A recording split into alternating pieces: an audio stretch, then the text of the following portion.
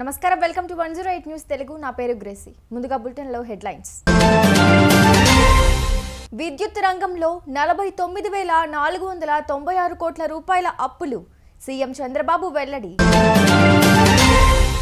నేను అలిగినట్లు వచ్చిన వార్తల్లో నిజం లేదు. మంత్రి పొన్నం ప్రభాకర్ వివరణ.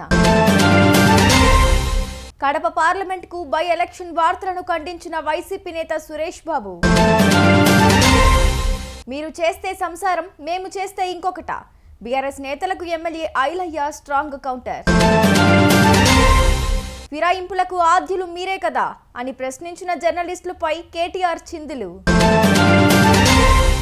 ప్రజలకు వాస్తవాలు తెలియాలని శ్వేతపత్రాలు విడుదల చేస్తున్నామని సీఎం చంద్రబాబు తెలిపారు. తాజాగా విద్యుత్ శాఖపై శ్వేతపత్రం విడుదల చేశారు. గత ప్రభుత్వం 5 ఏళ్లలో విద్యుత్ రంగాన్ని పూర్తిగా నాశనం చేసింది. ప్రజలపై 32,166 కోట్ల రూపాయల విద్యుత్ ఛార్జీల భారం మోపింది. విద్యుత్ రంగంలో 49,496 కోట్ల రూపాయల అప్పులు చేసింది. అసమర్థ చర్యల వల్ల మొత్తం 1,29,500 కోట్ల రూపాయల నష్టం వచ్చిందని పేర్కొన్నారు. గెలవాలి, రాష్ట్రం నిలబడాలి. ప్రజలు గెలిపించారు, ప్రజలు గెలిచారు. వాళ్ళ మనోభావాల్ని, అదే మరిగా వాళ్ళ యాస్పిరేషన్స్ని మేము గౌరవించాల్సిన అవసరం ఉంది, సాధించాల్సిన అవసరం ఉంది. అయితే ఈరోజు బల్కంపేట ఎల్లమ్మ ఆలయంలో ప్రోటోకాల్ పాటించలేదనే కారణంతో తాను అలిగినట్లు వస్తున్న వార్తల్లో నిజం లేదని మంత్రి పొన్నం ప్రభాకర్ వెల్లడించారు.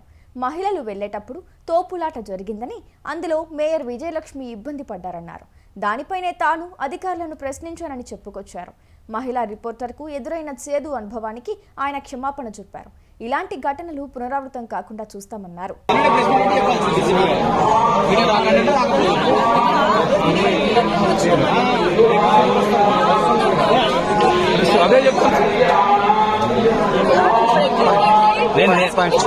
నేను చెప్పినాను కదమ్మా డీసీపీకి, సార్ ఇక్కడ లేడీ ఉన్నా సార్ పంపించండి.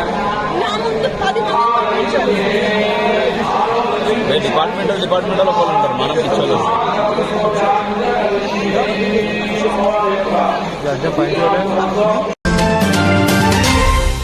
కడప ఎంపీ స్థానానికి ఉప ఎన్నిక రావచ్చని తెలంగాణ సీఎం రేవంత్ రెడ్డి చేసిన వ్యాఖ్యలను వైఎస్ఆర్ జిల్లా వైసీపీ అధ్యక్షుడు సురేష్ బాబు ఖండించారు. తప్పుడు కథనాలను పట్టుకుని ఆయన స్పందించడం సిగ్గుచేటన్నారు. బై ఎలక్షన్ వస్తే షర్మిలను గెలిపిస్తానన్న రేవంత్ వ్యాఖ్యలపైన స్పందిస్తూ 2011 కడప పార్లమెంటు ఉప ఎన్నికల్లో కడప దెబ్బ ఢిల్లీ అబ్బా అనేలా తీర్పు ఇచ్చారని గుర్తు చేశారు. తెలంగాణలో ఉండి ఆంధ్ర రాష్ట్రం గురించి ఏమి చేశారని ఈయన మళ్ళీ లొల్లి చేసేదానికి, ఇంట్లో చిచ్చు పెట్టేదానికి ఈ కార్యక్రమం చేస్తున్నావు తప్ప దీనికి అంతటికి కర్మ కర్త క్రియ చంద్రబాబు నాయుడు అంటే రాధాకృష్ణ. ఇట్లాంటి ఎన్ని మానుకొని బుద్ధి తెచ్చుకొని పార్టీ ఫిరాయింపులపై ప్రతిపక్ష బీఆర్ఎస్ పార్టీ నేతలు చేస్తున్న విమర్శలకు ఎమ్మెల్యే ప్రభుత్వ whip Beerla Ilaiah strong counter ఇచ్చారు. అసెంబ్లీ సిఎల్పి హాల్లో ఆయన మీడియాతో మాట్లాడుతూ పార్టీ ఫిరాయింపులకు పాల్పడిందే మొదట బీఆర్ఎస్ పార్టీ అని, మీరు చేస్తే సంసారం, మేము చేస్తే ఇంకొకట అని దిమ్మ తిరిగే కౌంటర్ ఇచ్చారు. గత బీఆర్ఎస్ ప్రభుత్వంలో దందాలు, కాంట్రాక్టర్ల కోసం ఎమ్మెల్యేలు బీఆర్ఎస్ చేరారని, కానీ ఇప్పుడు ప్రజాపాలన కోసం ఆ పార్టీ ఎమ్మెల్యేలు కాంగ్రెస్లోకి వస్తున్నారని అన్నారు. ప్రజలతో పేగు బంధాన్ని తెంచుకుందే కేసీఆర్ అని, ఇప్పుడు ఏ ముఖం పెట్టుకుని ఆయన పాదయాత్ర చేస్తాడని ప్రశ్నించారు. తెలంగాణలో బీఆర్ఎస్కు మనుగడ లేదని, గల్లీలో మొహం లేకనే కేటీఆర్, హరీష్ రావు, ఎంపీ సురేష్ రెడ్డిలు ఢిల్లీ బాట పట్టారని ఎద్దేవా చేశారు.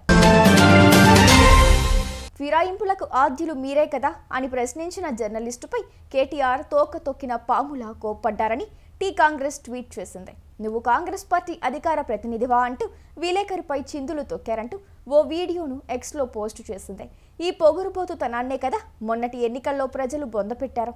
బుద్ధి రాదు ఇక ఈ ఫ్యామిలీకి అని పేర్కొంది. కాంగ్రెస్ పార్టీ అయితే తనకు జరిగినప్పుడు అన్యాయం గోవాలో, మహారాష్ట్రలో కాంగ్రెస్ పార్టీ ఎమ్మెల్యేలు, హిమాచల్ ప్రదేశ్లో, మణిపూర్లో, హర్యానాలో, హిమాచల్ ప్రదేశ్లో అక్కడ జరిగినప్పుడు గొంతు దించుకొని భారతీయ జనతా పార్టీని తిడుతుందో, అదే కాంగ్రెస్ పార్టీ ఈరోజు తెలంగాణలో ఈ పర్వానికి తెరలేపింది.